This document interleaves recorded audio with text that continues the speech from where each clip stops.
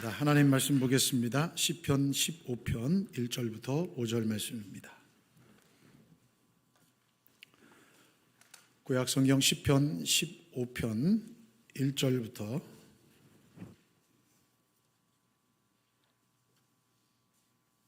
5절 말씀입니다. 제가 봉독해 올리겠습니다. 여호와여, 주의 장막에 머무를 자 누구오며 주의 성산에 사는 자 누구오니까? 정직하게 행하며 공의를 실천하며 그의 마음에 진실을 말하며 그의 혀로 남을 허물하지 아니하고 그의 이웃에게 악을 행하지 아니하며 그의 이웃을 비방하지 아니하며 그의 눈은 망령된 자를 멸시하며 여호와를 두려워하는 자들을 존대하며 그의 마음에 서운한 것은 해로울지라도 변하지 아니하며 이자를 받으려고 돈을 꾸어주지 아니하며 뇌물을 받고 무지한 자를 해하지 아니하는 자이니 이런 일을 행하는 자는 영원히 흔들리지 아니하리이다. 아멘. 할렐루야. 우리 전후좌우에 계신 분과 함께 인사할까요? 사랑합니다. 축복합니다. 네, 주님의 이름을 사랑하며 축복합니다. 하나님의 또 풍성하신 은혜가 한 주간도 또 넘쳐나고 또 고백되는 복된 한 주간 될 수 있기를 주님의 이름으로 축복합니다. 자, 오늘 본문의 시를 이렇게 구분합니다. 입당송이라고 합니다. 생소하죠? 아마 처음 들어보셨을 겁니다. 입당송은 말 그대로 예배를 드리러 가는 자들이 예배에 들어가면서 부르는 노래, 이런 의미입니다. 그러니까 예배자들이 하나님의 성전에 들어가서 제사를 드리려 할 때에 제사장이 예배자들에게 이 예배의 자리에 들어올 수 있는 자격이 있는가라고 묻고 예배자들이 대답하는 형태로 된 노래가 입당송입니다. 그런데 이 시는 성전이 예표하는 하나님의 나라에서, 성전이 예표하는 것이 하나님의 나라잖아요. 성전이 예표하는 하나님의 나라에서 하나님과 영원히 거하게 될 자의 자격을 가르치기 위해 지은 지혜시로 분류가 됩니다. 그러니까 지혜시입니다. 그러니까 하나님의 나라에서 하나님과 영원히 거할 수 있는 자격을 가르치기 위해서 어떤 자가 하나님의 나라에서 영원히 살아갈 수 있을 것인가. 또 하나, 어떤 자가 하나님의 성전에서 하나님을 예배할 수 있는가라고 하는 것이죠.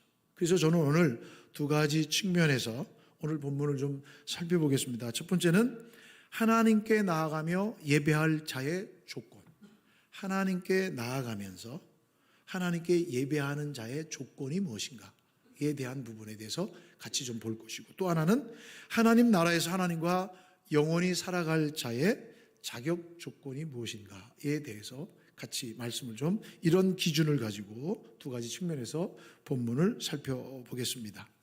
물론 오늘 말씀을 보면 다윗은, 오늘 본문에 지은 분이 이제 다윗인데, 다윗은 그 조건이 외적인 조건보다는 내적인 조건, 그러니까 마음가짐과 진실한 삶에 더 초점을 두고 있다는 사실입니다. 그러니까 하나님 앞에 예배 드리는 자의 자격, 하나님의 나라에서 하나님과 영원히 살아갈 자의 자격은 외면적인 조건에 있지 않고 내면적인 조건에, 마음가짐에 있음을 성경은 말씀해 주고 있습니다. 자, 먼저 1절을 살펴보면 주와 함께 거할 자의 자격을 묻는 수사적 질문합니다. 자, 이제 순례자가 와서 고백합니다. 여호와여, 주의 장막에 머무를 자 누구오며 주의 성산에 사는 자 누구오니까? 라고 질문합니다. 여호와여, 이 여호와여라고 하는 이 고백 속에 모든 판단의 기준은 하나님께 두겠다라는 시인의 신본주의적 신앙의 자세가 그대로 드러나고 있습니다. 여호와여, 묻는 누가 대답해요? 하나님이 대답하는 거예요. 여러분, 예배를 받으시는 분은 하나님이십니다. 믿으십니까? 여러분, 사람에게 보여지는 것도 중요해요. 맞아요. 그걸 제가 무시하지 않습니다. 그러나 사람에게 경건하게 보일지라도 하나님의 입장에서 거부당할 수 있어요. 그게 예배예요. 그러니까 예배는 하나님께 모든 판단의 기준을 맡기고 드리는 것이 예배예요. 그런데 여러분, 뭐라고 했냐면 누가 주의 장막에 머무를 자 누구며 누가 주의 성산에 사는 자입니까? 라고 말씀해 주고 있습니다. 여러분, 장막은 이 성전이 지어지기 전에 하나님의 법궤가 있었던 것이 장막이지요. 또 성산은 하나님의 성전이 있는 산이 성산이죠. 그런데 여러분, 장막이 거룩합니까? 산이 거룩합니까? 여러분, 장막은 장막이고 산은 산입니다. 그것 자체로서 거룩하지 않습니다. 그러면 주의 장막, 주의 성산이라는 말의 의미는 하나님이 그곳에 현존하시기 때문에 그곳이 거룩한 곳이다 라는 의미입니다. 즉, 눈에 보이는 건물이나 눈에 보이는 신령한 장소가 중요한 것이 아니라 그저 그것은 건물 그 자체고 장막 그 자체일 뿐이지요. 그런데 오늘 시인이 노래하는 것은 하나님께서 그곳에 현존해 계시기 때문에 그것이 거룩한 곳이다라고 말하는 거예요. 제가 한번 묻겠습니다. 교회 건물이 거룩합니까? 아닙니다. 교회 건물은 건물일 뿐입니다. 이 교회 건물은 건물일 뿐입니다. 그런데 교회 건물을 거룩한 것으로 삼으면 곤란합니다. 교회 건물은 하나님의 영이 임할 때, 하나님이 영이 계실 때 그 교회 건물은 거룩한 곳이 되는 겁니다. 우리가 그것을 어떤 하나의 거룩의 대상으로 삼아서 어떤 직분이나 건물이나 어떤 상황들을 거룩한 대상으로 삼아서 그것을 거룩하게 여기는 것은 우상입니다. 그러나 하나님이 임재하여 계실 그곳에, 하나님이 임재하는 곳에 그것은 거룩함이 있는 것이죠. 시인은 그걸 얘기하고 있는 것입니다. 그러면서 이렇게 얘기합니다. 누구 오며 누구이니까 반복적으로 사용해서 구체적인 답이 나오게 될 수 있음을 볼 수 있습니다. 그런데 이렇게 질문할 때 시인은 여러분, 제가 조금 전에도 말씀드렸지만 외적인 상태를 얘기하고 있지 않습니다. 그러니까 예배하러 주님 앞에 들어오는 자들의 지위, 그 사람의 지위가 얼마나 높으냐 낮으냐라고 있지 않습니다. 혹은 그가 가지고 있는 어떤 소유, 재물의 정도를 가지고 말하고 있지 않습니다. 그 사람의 의복에, 옷에 관심을 갖고 있지 않습니다. 누구이며 라고 하는 것은 그 사람의 됨됨이, 즉 내적 진실성에 초점이 맞춰져 있음을 볼 수 있습니다. 그러니까 이 말을 한마디로 정의하면 이런 얘기입니다. 교회로 나오기 전에 삶을 준비하라, 그 얘기입니다. 교회로 예배 드리러 오기 전에 우리의 삶이 어땠느냐, 그래서 그 삶으로 주님 앞에 나와 예배하는 자격이 있는 자입니까? 라고 묻는 것이죠. 여러분, 오늘 본문은 윤리적이며 도덕적이며 주의 백성으로서 사는 삶의 모습에 대해서 말씀해 주고 있습니다. 이런 삶이 없을 때 그는 하나님의 임재 앞으로 나아갈 수 없다라고 말씀합니다. 곧 시편, 오늘 본문은 시편 15편은 예수님을 처음 믿는 사람이나 전도용으로 사용되어질 수 있는 말씀이 아니라, 믿지 않는 자들에게 주시는 말씀이 아니라 이미 신앙을 소유한 사람에게 중요한 사실을 가르치고 있습니다. 그것이 뭐냐? 예배와 삶이 하나라는 겁니다.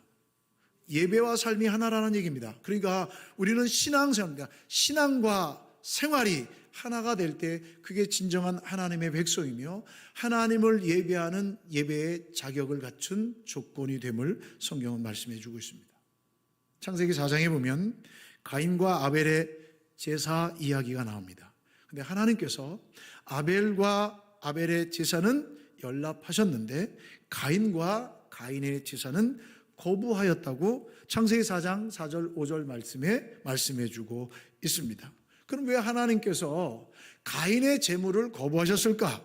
그것은 가인의 제물에 문제가 있는 것이 아니라 가인의 삶에 문제가 있었기 때문에, 즉 가인의 마음의 중심에는 하나님을 경외함이 없었기 때문에 하나님께서 그와 그의 제물을 받지 않으신 것이죠.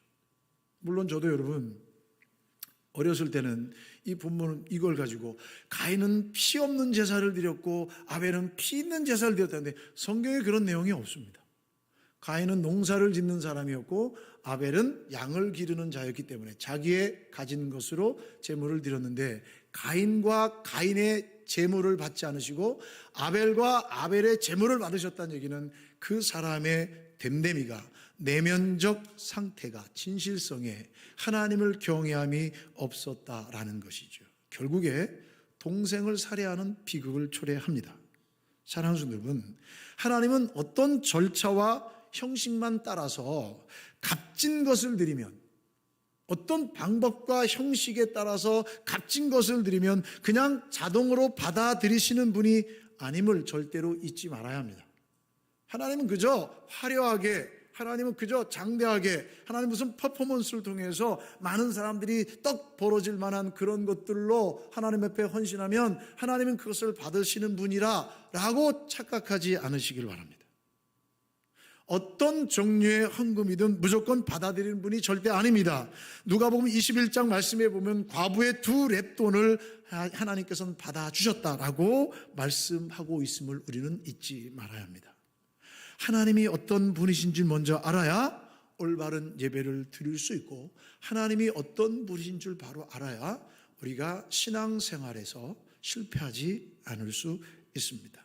자, 예배를 드리러 오는 순례자들이 제사장께 묻습니다. 어떤 자가 하나님 앞에 나아갈 수 있겠습니까? 라고 묻습니다. 그때 제사장 많은 순례자들 다 들을 수 있도록 2절부터 5절 상반절까지 요구를 제시하는 장면이 나옵니다. 여러분, 2절부터 5절 상반절까지 제시된 내용이 총 10가지입니다.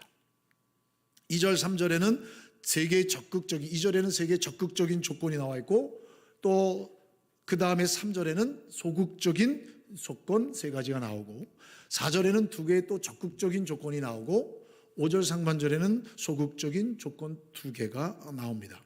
자, 10가지 덕목 모두를 살펴보면 다 실천적인 것들입니다. 행해야 되는 것입니다. 그러니까 하나님의 백성들로서 살아가면서 반드시 해야 될 것을 말씀해 주고 있습니다. 그러면 왜 다윗은 실천적인 측면의 덕목을 제시하고 있는 것일까요? 즉, 이 말은 뭐냐면 관념적인 신앙만으로는 감념적인, 그러니까 머릿속으로 받아들이는 신앙, 머릿속으로 믿고 머릿속으로 생각하고 머릿속으로 확신하는 신앙으로는 하나님과의 바른 관계를 유지할 수 없고 하나님의 축복을 받을 수도 없다는 사실을 강조하기 위한 것입니다. 그래서 신앙은 생활입니다. 관념적인 신앙뿐만 아니라, 여러분 이거 생각도 중요하죠.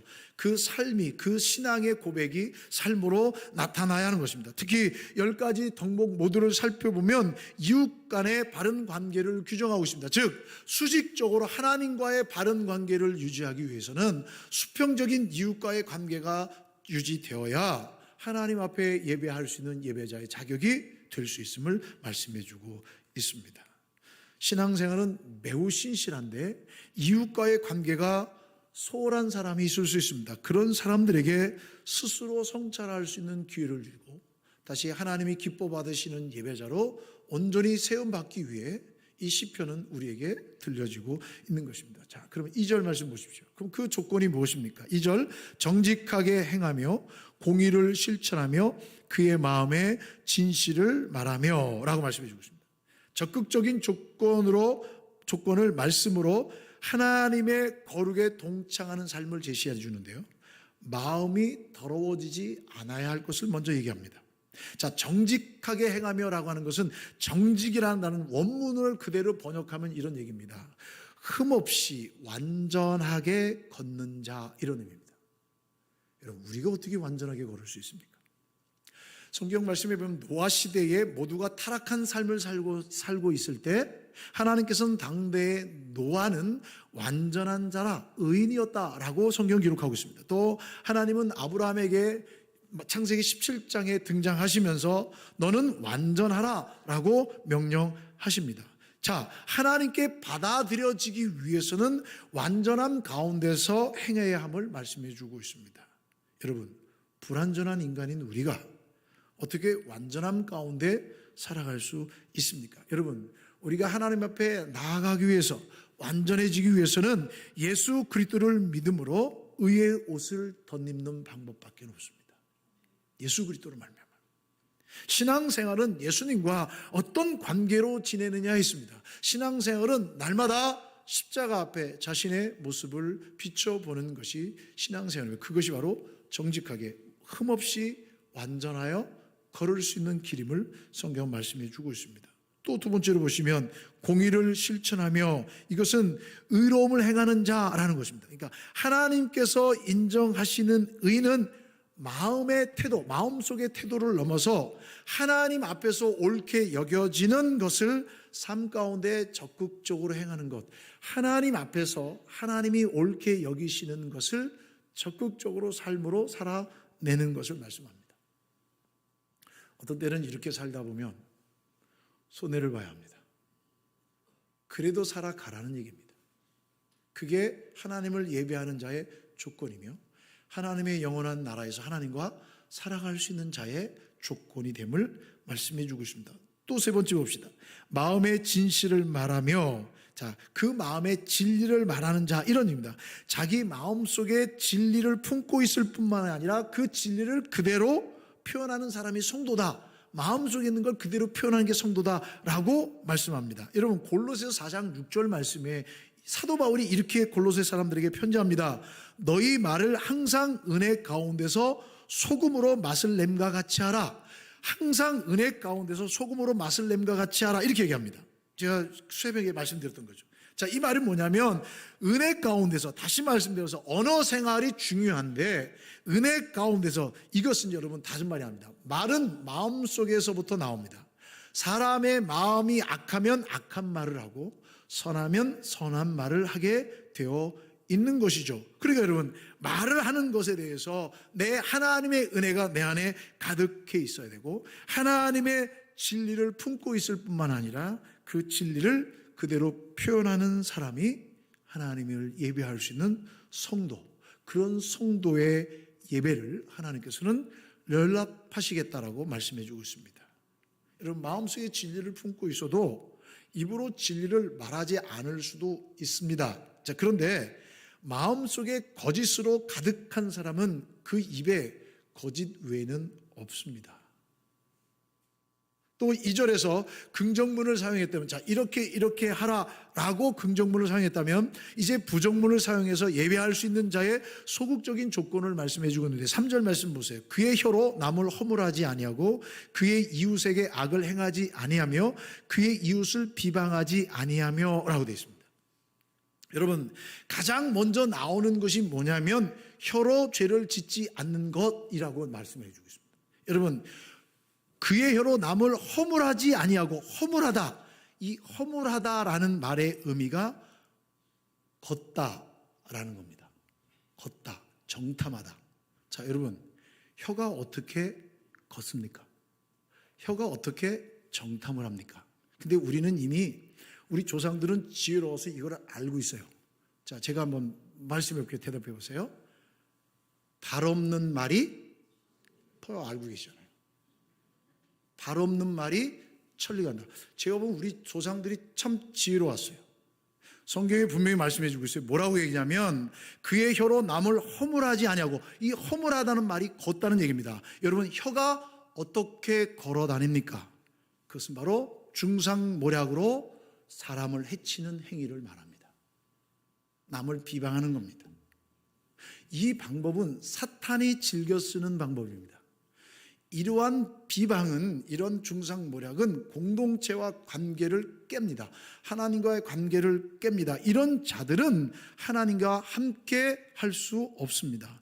믿는다고 하면서도, 그리스도인으로서 살아가면서도 얼마나 많은 소문과 이야기들을 만들어내는지 몰라요. 그랬대더라. 여러분, 목사님들도 마찬가지예요. 제가 신학대학에 가서 변한 게 하나 있어요. 그게 뭐냐면 목사님들이 쓰는 모든 예화를 제가 고지고대로 안 믿습니다. 그래서 제가 예화를 안 씁니다. 왜냐하면 증명되지 않은 걸 누가 했다라고 들었고 증명되지도 않은 걸 블로그에 있는 걸 갖다 가져와서 그걸 쓰면 저는 그걸 검색합니다. 그래서 제가 만약에 블로그에 있다면 블로그에 있는 걸 찾아서 이게 어디에 기사가 있는지 다 찾아봅니다. 근데 만약에 이 기사가 없고 무슨 썰이다 그러면 저는 안 씁니다. 여러분, 목사님들도 하나님의 말씀을 전하면서 잘못된 걸 말할 수 있어요. 성도들을 잘못된 길로 가게 할 수도 있어요. 그런데 여러분, 성도이면서도 성도들에 대해서 잘못된 말을 만들 수 있어요. 그래서 혀를 제대로 걷게 하라. 그렇게 걷게 하지 말라라고 성경은 말씀해 주고 있어요. 그러한 사람이 하나님이 받으시는 예배를 드릴 수 있고, 이런 자들이 하나님과 함께 거할 수 있다라고 말씀해 주고 있습니다. 또 보십시오. 두 번째 보십시오. 이웃에게 악을 행하지 아니하며, 이것은요, 이웃에게 악을 행하지 않는다는 것은 신의를 배반하지 않는 겁니다. 신의를 내 이웃에게, 내 옆에 있는 동료에게, 벗에게 사악한 일을 하지 않는 거예요. 신의를 배반하는 것과 같은 일들을 하지 않는 거예요. 이런 자는 어떻게 거룩한 주의 장막에 유할 수 있으며 하나님께 예배할 수 있을까라고 말하는 거예요. 여러분, 신의를 저버리는 행동은 가정에서도 나타날 수 있고요, 직장에서 나타날 수도 있고요, 지체와 동료 가운데서도 나타날 수 있어요. 제가 몇 주 전에 기사를 하나 봤어요. 결혼 2년차 부인이 올린 기사예요. 법률적 기사를 온 거 제가 봤거든요. 근데 거기서 자기 남편에 대한 이야기를 하는데 이런 얘기하는 거예요. 너무 흠잡을 데 없고 너무 건실하며 신실하고 능력 있는 남편입니다. 그런데 어느 날 남편의 핸드폰을 봤다는 거예요. 물론 그것도 여러분 개인정보법에 의해서 걸리지만 어쨌든 봤다는 거예요. 봤는데 거기에 상상할 수 없는 아내에 대한 비난과 비방의 카톡 내용이 있는 거예요. 자기 친구와 대화를 하는데 아내를 향하여 엄청난 비난과 비방의 소리를 던진 거예요. 여러분, 이건 신의를 저버리는 거예요. 배반하는 거예요. 그것뿐입니까, 여러분? 남편과 아내 사이에, 아내와 남편 사이에 신의를 저버리는 일이 지금 우리 사회에 얼마나 왕왕 일어나고 있는 줄 아십니까? 남편이 아닌 다른 남자를, 아내가 아닌 다른 여자를 자신의 마음의 동료라고 하면서 마치 영혼의 짝꿍처럼 지내는 사람들 얼마나 많은지 몰라요. 이거는 신의를 저버리는 거예요. 그런 자는 하나님 앞에 예배할 자의 자격이 안 돼요. 그런 사람은 하나님의 나라에서 하나님과 거닐 수 없어요. 성경은 그 얘기를 하고 있는 거예요. 또 보십시오. 이웃을 비방하지 아니하며, 이겁니다. 이것은 아주 가깝게 지내는 사람을 모욕함으로써 수치스럽게 하는 것을 얘기하는 거예요. 여러분, 정말 가까운 사람에게 여러분 가장 치욕적이고 가장 힘들고 어려운 일이 뭔지 아세요? 믿었던 사람에게 뒤통수 맞는 거예요. 흔히들 비수를 칼을 등 뒤에 꼽는다 하죠. 이런 일이 얼마나 많은지 몰라요. 이런 자는 하나님께 예배할 자의 자격이 되지 않는다. 하나님이 그런 자의 예배를 받지 않으신다라고 말씀해 주고 있어요. 여러분, 사람의 말이, 골로새서 아까 말씀드린 대로 너희 말을 항상 은혜 가운데, 하나님의 은혜 가운데서, 하나님의 은혜가 내 안에 가득 차서 하나님의 은혜로부터 출발한 말들을 하게 나오라. 소금으로 맛을 냄과 같이 하라. 적당히, 즉 우리의 말로 인하여 부패를 막고 우리의 말로 인하여 세상의 언어 환경이 변해지고 사람의 마음을 정화시킬 수 있도록 하라라고 사도 바울은 이야기하고 있습니다. 이제 다시 적극적인 조건 두 가지를 제시합니다. 4절 보세요. 그의 눈은 망령된 자를 멸시하며 여호와를 두려워하는 자를 존대하며 그의 마음에 서운한 것은 해로울지라도 변하지 않으며. 마치 세 가지처럼 보이지만 두 가지입니다. 어떻게 두 가지냐면 그의 눈은 망령된 자를 멸시하며 그의 눈은 여호와를 두려워하는 자를 존대하며. 이게 한 문장입니다. 그러니까 무슨 얘기냐? 그의 눈은 여호와께 버려진 자를 업신여기고 비웃는 것을 하나님께서 인정하신다, 그 얘기입니다.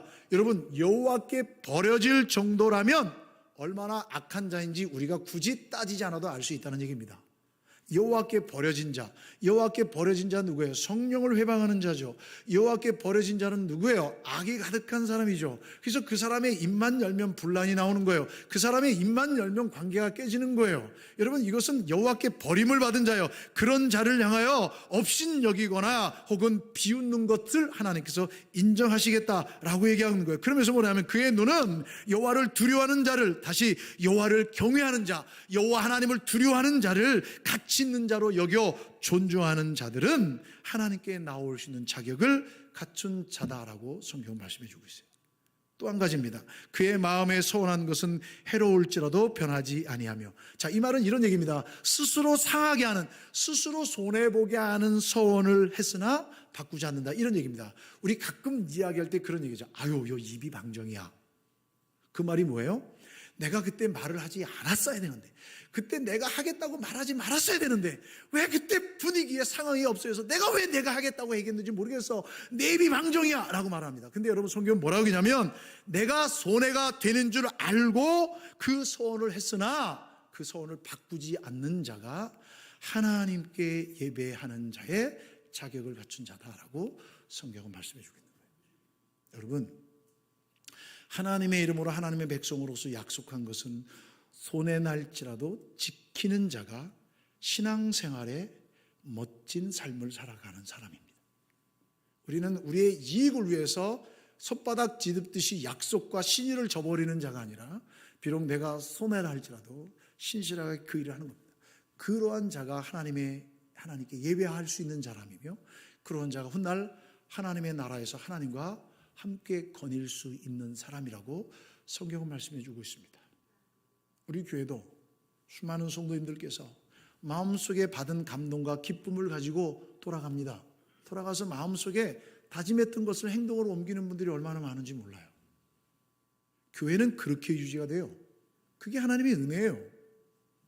하나님 앞에 헌신하는, 여러분, 내가 하나님 앞에 당시에 그때 고백만 하지 않았어도 이러한 수고를 하지 않아도 됐을 텐데, 하지만 하나님께 받은 은혜가 있기 때문에 그 일에 수고하고 헌신하는 거예요. 저는 교회학교 교사들이나 찬양대원이나 바나바나 안내위원들이나 섬기는 주의 종들 모두가 그런 하나님의 선 앞에서 내가 손해보고 해로울지라도 변하지 않는 자의 모습이며, 그런 자의 예배를 하나님께서 받으신다 라고 말씀해 주고 있는 것입니다. 그리고 다시 소극적으로 말해요. 5절 말씀 보세요. 이자를 받으려고 돈을 꾸어주지 아니하며 뇌물을 받고 무죄한 자를 해하지 아니하는 자이나, 이렇게 됩니다. 이자를 받고 돈을 꾸어주지 않는다, 돈거래하지 말라는 얘기가 아닙니다. 이 말을 그대로 원문 그대로 해석하면 이런 얘기입니다. 그는 그의 돈을 고리로 빌려주지 않는다. 이 고리대금이에요.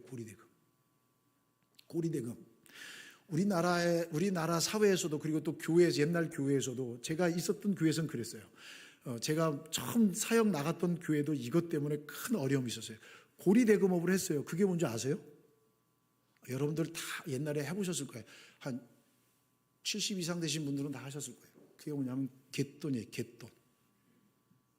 갯돈이 고리대금업이에요. 자, 앞에 가는 사람이 이익을 봅니까? 뒤에 가지고 가는 사람이 이익을 봅니까? 그럼 앞에 가는 사람이 돈을 많이 냅니까? 뒤에 가지고 가는 사람이 돈을 많이 냅니까? 앞에 가져가는 사람이 돈을 많이 가져갑니다. 많이 냅니다. 왜요? 돈이 없으니까. 돈이 많은 사람이 1번입니까? 돈이 많은 사람이 뒷번호입니까? 뒷번호죠. 그럼 여러분, 누가 더 손해를 봅니까? 돈이 없는 사람이 손해를 보는 구조입니다. 이 고리대금업이에요. 하지 말라는 거예요. 돈을 빌려주는 것을 금지하는 것은 아니에요. 신명기 23장 19절 20절 말씀에 보면 외국인에게 돈을 빌려줄 때는 이자를 받게 하셨어요. 그러니까 여러분, 내가 은행에서 이자를 받는 건, 내가 뭔가를 해서 이자를 받는 건 그게 나쁜 게 아니에요. 고리대금업을 하지 말라는 거예요. 왜요? 이 고리대금은요, 사회적 문제예요. 힘든 사람을 더 힘들게 하고 약자가 더 많은 피해를 보게 하는 게 고리대금업이거든요. 오늘날도 구조를 보세요. 왜 정부가 고리대금업에 문제를 갖고 있는 줄 아세요? 그건요, 여러분, 돈이 없는 사람이 훨씬 더 이자를 많이 내요. 왜요? 은행은 돈 장사해야 되니까. 분명히 손해볼, 분명히 갚지 못할, 뛸 가능성이 높은 사람이 이자를 많이 받는 게 맞는데, 그걸로 인해서 돈이 없는 사람은 더 큰 고생을 해요. 돈이 많은 사람은, 여유 있는 사람은요, 훨씬 더 이자가 적어요. 이런 구조 속에서 하나님이 원하시는 것은 이런 거 하지 말라는 거예요. 또 보실까요? 뇌물을 받고 무죄한 자를 해하지 아니하는 자. 이 말은 뭐냐면, 무죄한 자를 대항하는 뇌물을 취하지 않는다. 이 말은 무슨 얘기냐면, 모든 종류의 뇌물을 얘기하는 건데요, 무죄한 자, 죄가 없는 자를 해치기 위한 것이나, 무죄한 자, 죄가 없는 자에게 불이익을 주기 위한 목적으로 오가는 거래되는 모든 종류의 뇌물을 얘기하는 거예요. 우리나라에도 이미 이거 있었어요. 보세요. 유전, 무죄, 무전, 유죄예요. 왜 여러분 생계형 도둑질한 사람은 실형을 받아야 되고, 왜 정치적으로 큰, 그리고 경제적으로 큰 사범들은 왜 모든 일들을 잡아서 벗어나야 되냔 말이에요. 말장난이잖아요, 말장난. 여러분, 성경이 얘기하는 거예요. 이런 거 하지 말라는 거예요. 뇌물을 주고받음으로 인해서 엄청난 문제가, 사회적 문제가 나타나는 거예요. 뇌물을 받으면 받는 자의 판단을 흐리게 해요. 뇌물을 받으면 부당하고 왜곡된 결정을 내려요. 성경은 그래서 철저히 금지하고 있어요.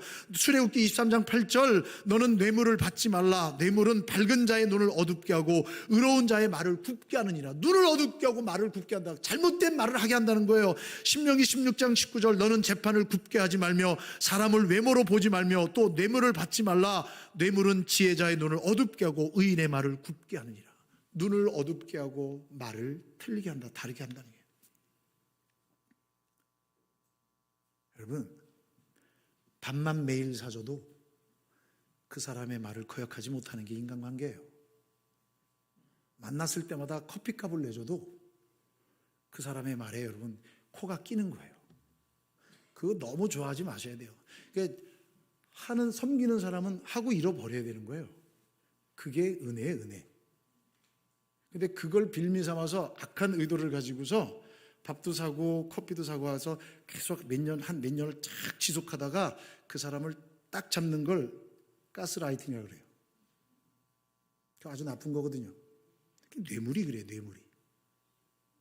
별거 아닌데 괜찮아가 굳게 안 되니까요. 그런 일이 여러분 총회에도 있고요. 그런 일이 얼마 전에 총신대학교에 있어서 총신대학교 총장이 갈리는, 총신대학교 초유의 사건이 벌었어요. 총신대학교 총장이 옥에 갇혔어요.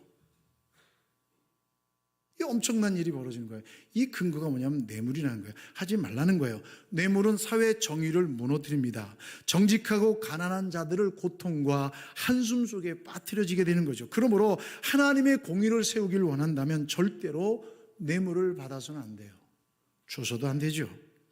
여러분, 하나님의 일을 하는 사람들은요, 하나님의 말씀을 믿는 사람들이 정계나 공직사회에 나갈 때, 그리고 어디서나 나갈 때, 단체 나갈 때, 그곳에서 하나님의 사람으로서 이러한 질서와 이런 기준을 지켜나갈 때, 그러한 자가 하나님을 예배하는 자며, 그러한 자가 하나님의 나라에서 하나님과 함께 거하게 될 수 있음을 말씀해 주고 있는 거예요. 하나님을 예배하는 자격을 갖춘 사람은 영원토록 안전할 것을 선언하기 위해서 5절 하반절에 보면 이렇게 말씀하고 있습니다. 이런 일을 행하는 자는, 10가지 덕목을 행하는 자는 영원히 흔들리지 아니하리라 라고 말씀해요. 영원히 흔들리지 아니하리라. 근데 여러분, 본시를 보면 특징이 하나 있어요. 뭐냐면 본시에 나오지 않는 게 있어요. 제사에 대한 얘기가 나오지 않아요. 헌금에 대한 이야기가 나오지 않아요. 정결 예식에 대한 이야기가 한마디도 언급되지 않아요. 오직 오늘 10가지 덕목인데 다 윤리적인 요구사항만 열거하고 있어요. 즉 높은 차원의 성도들의 예배 요구 조건을 지금 제시하고 있음을 볼 수가 있는 거예요. 하나님께서 사무엘 선지자를 통해서 하신 말씀이 있어요. 순종이 제사보다 낫다는 거예요. 하나님의 말씀대로 순종하는 것이 제사보다 낫다는 거예요. 여러분, 이 본문의 저자가 다윗이라고 제가 말씀드렸습니다. 다윗은 왕입니다. 리더입니다. 그렇다면 왕이라면, 리더라면, 성공한 사람이라면, 내가 이렇게 해서 왕이 됐다, 내가 이렇게 해서 국가를 왕성하게 했다, 내가 이렇게 해서 기업을 일으켰다, 내가 이렇게 해서 성공했다 라고 말하는 게 맞지요. 그럼 성공의 법칙, 리더십의 법칙, 처세론 등을 말할 수 있어요. 그런데 다윗은 그런 얘기를 전혀 하지 않고 하나님과의 바른 교제 방법, 그것도 외적인 조건이 아닙니다. 사람들에게 보이고 사람들에게 드러나는 그런 외적인 조건이 아니라 내면적인 자세를 조목조목 가르치고 있다는 사실입니다. 여러분, 이것은 하나님과의 우리의 관계 속에서 반드시 짚고 넘어가야 할 상황을 말씀해 주고 있습니다. 그런데 여러분, 이 10가지 덕목을 완벽하게 지켜낼 사람은 아무도 없습니다. 여러분, 자만하지 마십시오. 여러분, 자신하지 마십시오. 이 10가지 덕목을 다 지킬 수 있으실 분은 오직 예수 그리스도 한 분밖에 없습니다. 우리는 불가능합니다. 우리는 이걸 지킬 수가 없어요. 완전해질 수도 없어요. 우리는 이런 일들에 너무 연약한 존재임에 틀림없어요. 그러므로 우리가 하나님 앞에 온전히 예배할 수 있는 자격을 갖추기 위해서는 우리를 위해 하나님의 의를 이루신 예수 그리스도 그분만을 의지하고 그분께만 접붙임을 당해야만 합니다. 내가 접붙이는 게 아니라 그분이 은혜로 주님께 접붙임을 해 주셔야만 우리가 하나님을 예배할 수 있는 예배자가 될 수 있는 겁니다. 그럴 때 성령께서 함께 하셔서 의롭고 복된 삶, 참 성도의 삶을 살아갈 수 있는 거예요. 이러한 삶을 말씀이 삶이 되는 신앙의 길이라고 말할 수 있는 거예요. 말씀이 삶이 되는 거예요. 하나님의 말씀에 순종하는 거예요. 하나님의 나라는 거룩한 나라입니다. 악을 행하는 자는 결코 들어갈 수 없습니다. 하나님의 나라의 조건을 판단할 수 있는 분은 오직 하나님 한 분밖에 없습니다.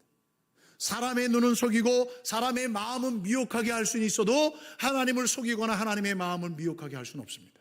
하나님의 판단을 굳게 할 수 없습니다. 하나님은 뇌물에 넘어가는 분이 아닙니다. 하나님은 우리의 가식에, 우리의 외모에 넘어가는 분이 아니고 심령, 우리의 심령을 살피시는 분이십니다. 어떤 믿음의 자세로 하나님을 예배하십니까? 하나님께서 받으시는 예배자의 자격은 무엇입니까? 삶이 예배되어 하나님과의 수직적 관계를 이루고 삶이 예배가 되어 이웃과의 수평적 관계가 변함없는 자가 바로 하나님께서 받으시는 예배자가 되고 하나님과 함께 하나님 나라에서 함께 거닐 수 있는 자격을 갖춘 하나님의 자녀임을 성경은 말씀이 주고 있습니다. 말씀이 삶이 되는 자가 바로 하나님께서 받으시는 예배자요 영원한 하나님의 나라를 유업으로 받을 천국 백성임을 성경은 말씀해 주고 있습니다. 사랑하는 성도 여러분, 여러분들은 하나님께 예배할 자격을 갖추고 있습니까? 여러분은 하나님 나라에서 하나님과 영원히 살아갈 자격을 갖추고 있습니까? 우리의 힘과 노력으로는 불가능합니다. 예수님과 늘 동행하는 삶, 말씀이 삶이 되는 삶을 통해 우리 영원하신 하나님의 품에 안기는 복된 인생이 되시길 주님의 이름으로 축원합니다. 우리의 앞길에 주님이 붙들어 주셔서 하나님이 기뻐 받으시는 예배자로 하나님과 영원한 나라에서 주님과 함께 동행하는 복된 복을 누리는 신실한 하나님의 백성들로서 살아갈 수 있고 그 나라를 소망하며 꿈꾸며 그 나라 갈 때까지 흔들리지 않는 믿음으로 승리할 수 있기를 주의 이름으로 축원합니다. 기도하시겠습니다. 하나님 아버지 감사합니다. 영원한 생명을 주셔서 감사합니다. 우리를 자녀 삼아 주셔서 감사합니다. 하나님 우리의 모든 죄와 허물들을 씻어주시고 하나님의 거룩한 백성 삼아 주시니 감사합니다. 말씀이 삶이 되고 신앙이 믿음이 삶이 되어 삶이 예비되는 예배가 되는 하나님의 거룩한 자녀들로서 살아갈 수 있게 도와주시고 말씀 앞에 온전히 순종함으로 하나님이 평가하시는 그 평가에 인정받고 높임받는 믿음의 성도들 될 수 있도록 성령님이여 붙들어 주시옵소서. 우리의 힘과 능력으로는 가능할 수 없습니다. 주의 십자가의 은혜를 구하오니 우리를 다시 우슬초로 정결케 하여 주시고 성령의 능력을 덧입혀 주시옵소서.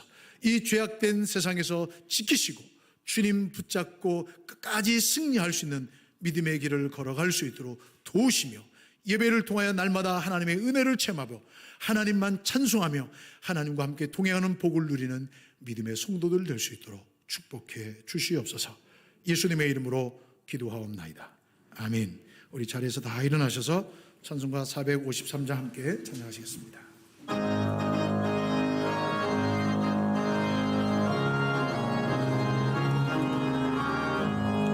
예수도 알기 원하네 그거도 넓은 은혜와 내 속해 주신 사랑을 간절히 알기 원하네 내 평생의 소원 내 평생의 소원 대속해 주신 사랑을 간절히